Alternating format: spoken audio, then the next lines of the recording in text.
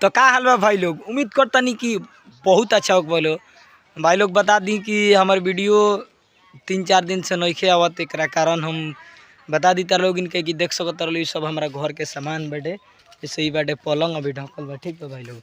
ऊ बा हमारे कैमरा वगैरह स्टैंड स्टैंड सब बसवारी देख सकत रहो। पहले हमारी जी पलानी रहो, ठीक बा भाई। तार लोग इनका हम ऐसे पहिल का ब्लॉग में दिखा देम, ठीक बा। मतलब जो पहले भी ब्लॉग बनैले बनी वो में दिखा देम कि हमारी पलानी रहा, ठीक बा। तार लोग इनके दुआ और दया और भगवान के दुआ से अभी हमारी घर बन रहा बा, ठीक बा भाई। तो नेव खोनाइल उस समय तो हम ना ब्लॉग बना पैनी, बाकी अभी देख सकत लो एक का कह दिला शायद टाई बीम है, टाई बीम ढलाइल बा, ठीक बा भाई। देख सकत लो यहाँ पर बावे कएगो, एगो दूगो 3 गो रूम बा, ठीक बा भाई। 3 गो रूम बा। आई अभी ई बा छत के सीढ़ी, ठीक बा भाई। ये से छत पर जाइल जाई, ठीक बा। देख सकत लो हम बैक कैमरा करके दिखा देतनी।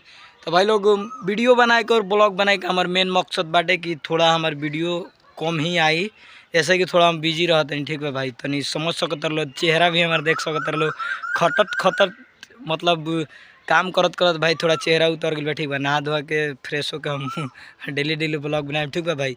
तो आज के लिए इतना ही काफ़ी नहीं क्या भाई। हम बैक कैमरा दिखावत रही, देखे लो गौर से, ठीक बा भाई। ये देख सकत रहो भाई सब सामान बाल्टी देख, ईटा बा, बालू बा भाई, ओने गिट्टी बा, छोड़ बा।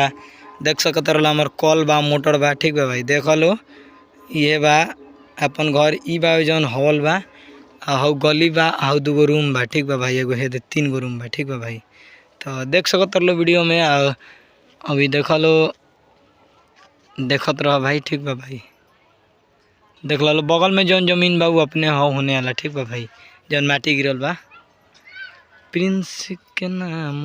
तो बस भाई लोग आज के ही अपन ब्लॉग वीडियो यहीं पर ख़त्म करते नहीं। आई होप कि वीडियो देख के तार लोग इनको बहुत अच्छा लगल हो। अगर अच्छा लगल हो तो भाई कहती एगो लाइक कर दिया मर दे, और चैनल पर नए हो के तो चेहरा देख के सब्सक्राइब कर दिया भाई।